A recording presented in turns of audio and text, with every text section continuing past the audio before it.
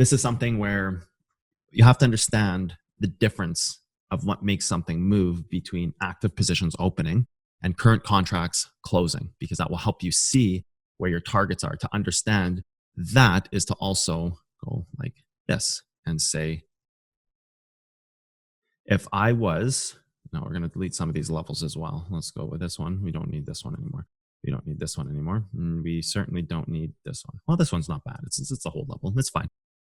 If I was in this trade and I had entered this hold level here, and I would see this as target, I would simply be entering here, exiting here, and possibly opening up a new short if I had the time, and I would be targeting my level below, which is the exact move that it went to, the whole level down here, the part of its range that's represented, right? So, the part of its range that it goes after. You quickly see where these contracts, the difference between active contracts, which are new positions opening, because you should have new positions opening here and here, as well as you should have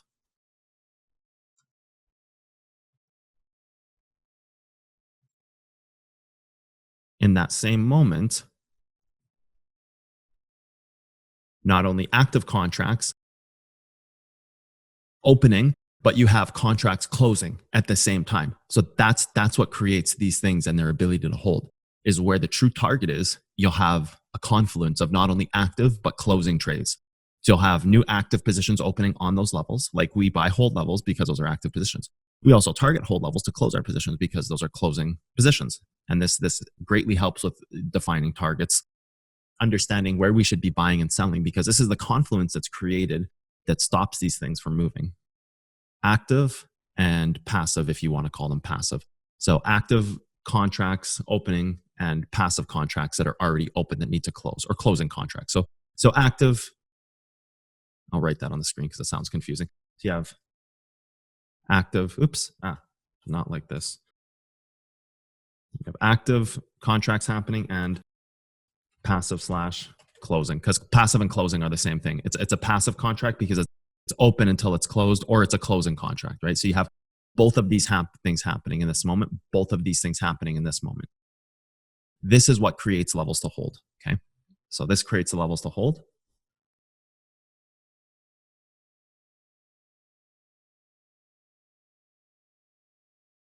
Oh boy, what am I doing? Let's try this again, round 2. Active contracts opening, right?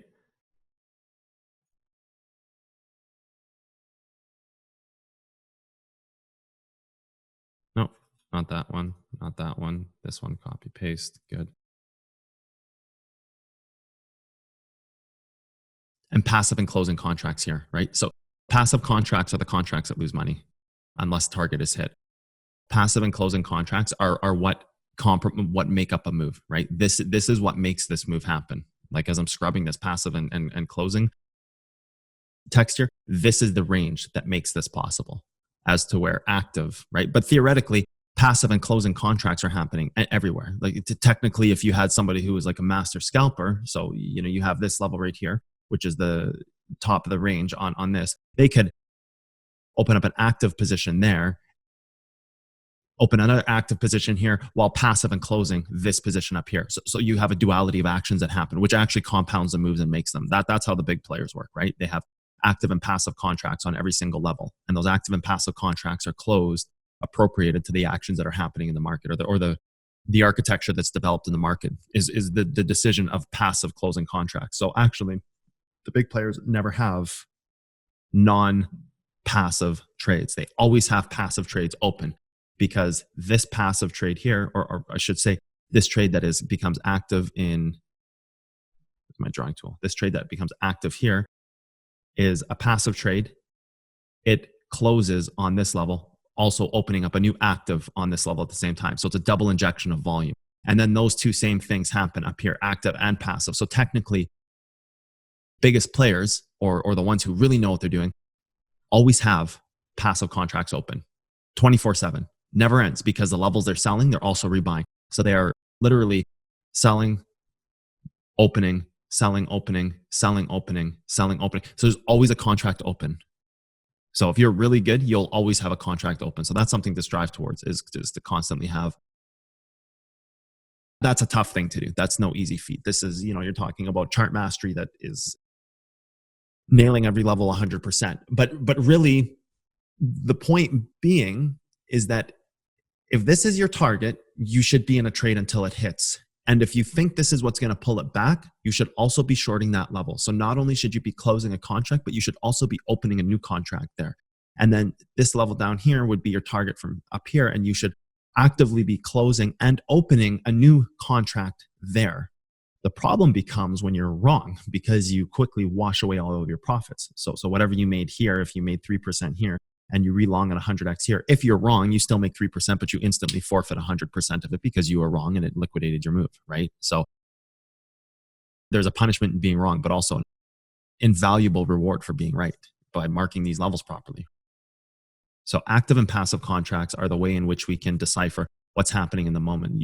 After that, we can simply go back to this and we get rid of all this. We simply go to our replayer tool here, go to 1 minute charts and let this thing move and you'll for yourselves see where the contracts are closing. Like, the move's holding. We're starting to close contracts. It's stabilizing even more. Active trades are now stabilizing the move. So when do the passive trades close out and say, this is actually holding, we need to exit our trades, right? There's a moment there that happens and it's right there. New shorts open, which just makes the problem worse for those shorts, right? The new shorts that open just make it even worse, right? The second go at this thing, it's like even worse because now they're going to fuel this move. As soon as it goes over this level, any new active positions that opened will quickly close while these people are still in actives. And then you have new active trades executing in here until target is hit. And when target is hit, you have both events happening at once. And this is where both events happen, which is enough to make this move go the other direction. Any chart you look at, you can see this happening and you can see there must be a lot of contracts here open. Same thing here. Everybody who bought this hold level here are going to sit there and say, the second we get under this, we're going to start closing contracts. So the second this, open contracts. Yeah, they are smart. They close a contract. Open contracts, open longs. Also opening longs up here because these people are thinking it's going to move up. All these open longs. Second it goes under this price, you have an influx of those closing. So you have a quick little pullback. And then you have new longs opening here. This move holds below what started this move. All of a sudden, these guys start to exit. And then everybody's exiting because they're getting liquidated. So then, burp, and it goes right down. You can see this on the charts. Like they communicate it to you. You can read what people are doing through watching these levels and how they visually are developing in the moment, right? Like the visual development of these levels, it's showing to you. It's very, very straightforward. And you can see where a volume is about to come in if you understand the way in which active and passive contracts work.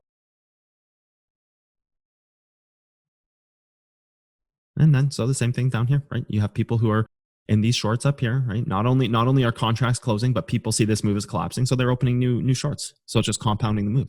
Not only is the move already broken because the people who long this actually broke their own move, as silly as that sounds, because nothing had to happen. Just a lack of longs coming in means that all of these longs that came in on this level, a lack of longs to pull this move up, right? A lack of longs actually means these longs will all start to exit, which is what breaks this move down. And then active positions open here. And then it happens like that because people start to panic and leave as fast as they got in. Then they just get out faster than they can even think. That's what happens. And then you have stuff like this. You have stuff like this where you fall off a cliff. So the important thing to know here is imagine how many long positions opened right here and how many of them will close once you start to breach this level. Because in one way, this looks like it's holding. It does look like it's holding level. But in the other sense, imagine how many contracts are going to close once you lose this level. Once that level collapses, imagine like what is a timestamp here? 521 to 629. So 70 minutes or whatever. We'll just call it an hour. An hour of longs opening. And the only people who took the shorts are like here and here. And these shorts came in from like way the heck back there. All of this new stuff here that opened. Imagine how hard this thing is going to get hit once this loses this moment here. An hour of longs. It only takes 1 minute of shorts to kill a move. An hour of longs. Geez, imagine what that could do to a move that's not moving up. We assess these things visually sometimes. when it comes to active and passive positions because we can see it happening on the charts, but really that doesn't aid us in our decisions to make where we open these contracts. Rather, what it does is it allows us to understand when a move is collapsing. So it protects us from making bad entries and also verifying what we think is about to happen. So it's really interesting to watch. Even if we go right now in the moment, let's just see where we are right now. Exit the replayer tool. And then I would imagine there's a bulk of shorts happening right here. Right here. I'd imagine there's a bulk of shorts that happen right here.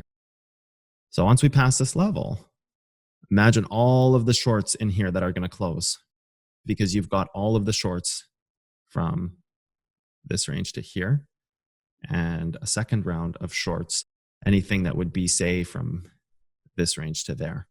So all of that is going to close once we get above that. So then you just have your trend players, right? Here's one, the first round of it right here, right? There's a first round of it. Trends longing, they're shorting, breaks the move down, et cetera, et cetera. You've got this one right here, this trend right here, and this trend right here, right? Just some little easy local trends. Kind of the last part of this is the longs that got in here. So there's longs that got in here and then laddered the range to here. So then you've got two sets of longs that are still protecting this move here and there. Once you lose this trend and this long right here, imagine this whole bulk of shorts, this whole entire piece is basically going to short this thing down. So even right now, you can kind of see what's developing. You can already see it. Like if we don't quickly get over top of this right here, like if we don't get over something like this, and again, these are just little local trends that are just kind of, we're just drawing them for this example. If we don't get over top of this, shorts will start to close. So when you cross this trend here, guess what's going to happen, right? If you don't have, like, this is another moment here. It's like this. Longs are opening. If new longs don't open here, shorts will. Okay. So if new longs don't open and shorts don't close, new shorts will open, which is exactly what happens because this is going to be best entry, right? You just kind of watch this thing for a minute, see what it does, and you'll see where contracts exit. You'll see one side or the other where contracts are exiting because you'll have all of these contracts exit here. Anybody who's opening longs because they think this is breaking, they're going to exit. If it breaks down, if it breaks up, you're going to see these people exiting. So people who have shorted this level, so this a couple hundred Bitcoin that comes in here, will exit the trade here. It's going to go through here, and this is who's exiting that trade, right? Because this is like kind of the first moment before a breakout. See what happens here over the next minute or so.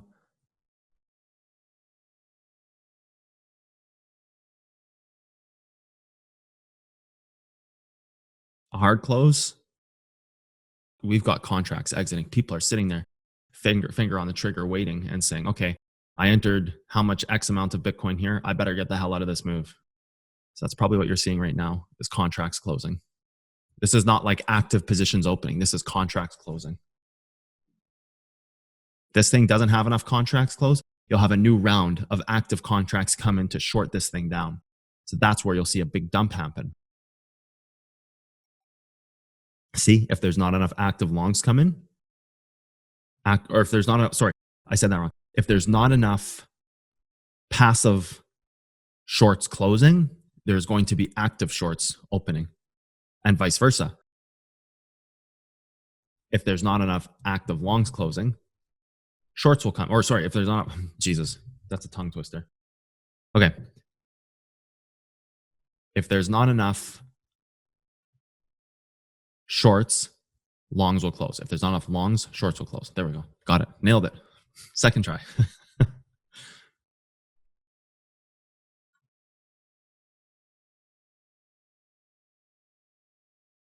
You can just watch this for a minute, see how it unfolds. So I would expect if this hard closes here,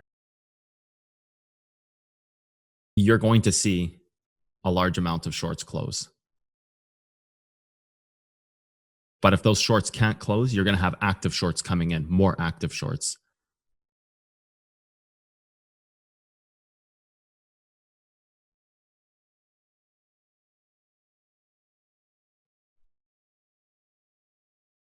These decisions are usually made in the last, encompassing seconds because you've got people sitting here waiting to close these shorts in case this thing moves up to take their profits.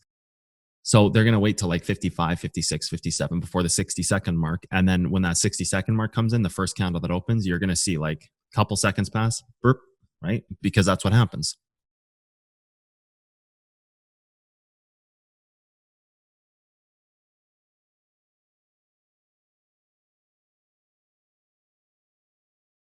Kind of just looks like a pullback, to be honest. There's no shorts closing. The price isn't actually moving up unless it's going to happen in the last few seconds. But again, that's why we don't make these decisions until certain times, right? We always wait for certain moments to make these decisions and not just on a whim. There's reason why we do everything in these things.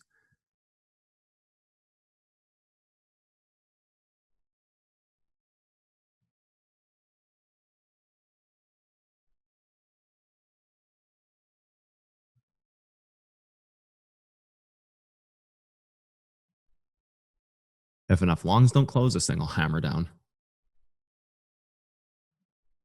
Sorry, if there's not enough shorts that close, I keep saying the opposite. If there's not enough shorts that close here, tons of active shorts will open.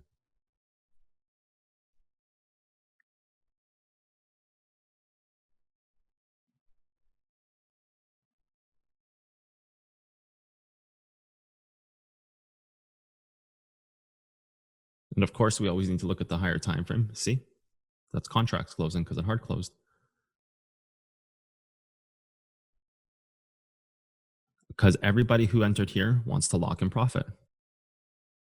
This moment right here, it's like if we hard close this, you're going to see people locking in profit.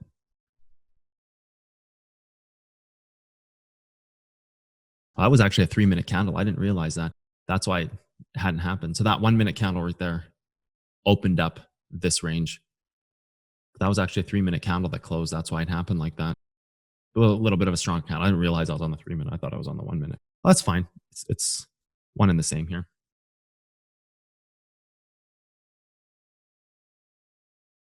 And the closer this thing gets, the more it's going to start, shorts will start closing. That's the way it works. Just like magic, being able to predict the future, right? And it's not. It's just very actually common sense kind of thinking.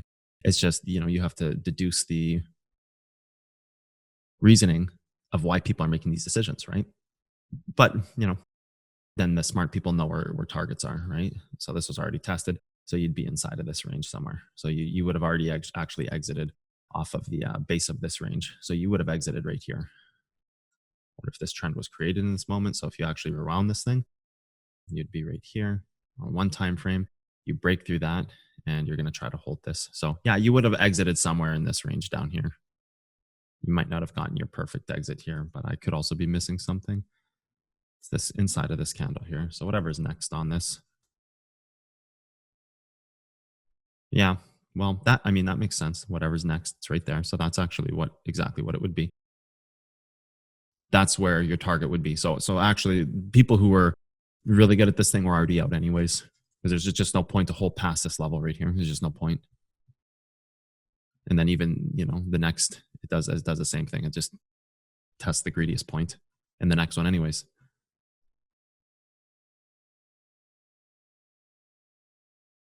The more this holds, the more shorts that are going to close. You guys will see the panic ensue, and then people are going to just long right into this level right here. So 5-minute valley in here. I've already seen this one. This might not hold at it. You can consider that tested, I suppose, but not really. I think this moves right through the 15-minute hold and the greediest part of the 15-minute hold. So it does move right through the 15-minute. So that's fine. So you either have new active positions open here or here, but you wouldn't open an active position here. It doesn't make sense right now. It's already a tested range. You're going to have the shorts that are closing break right through that. You're not going to have a lot of active positions opening here. You're going to have more just positions closing to guarantee no losses.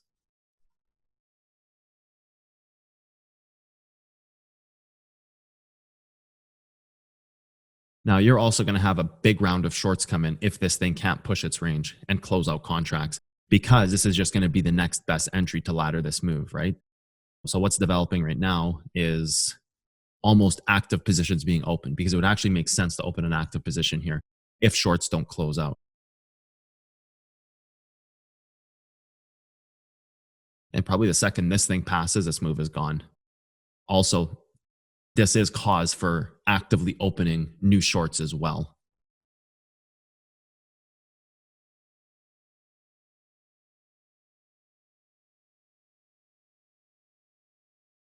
Again, just not a trade worth taking because you should already be in this trade from somewhere else and picking where to close your contract, not actively opening in a high risk scenario like this. Silly. Doesn't make sense. It's not that it can't happen, it just doesn't make sense because there's too much risk associated with opening any position here, short or long, regardless of which direction it goes in. You're simply using this information to close contracts, not open active positions. We do that on these levels.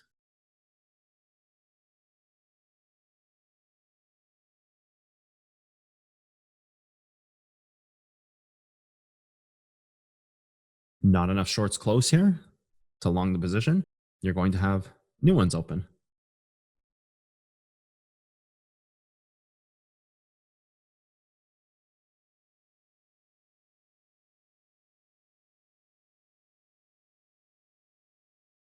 And so creates the cycle of contract trading and what actually makes our markets move. So, yeah, we could sit here and watch this, but that's good.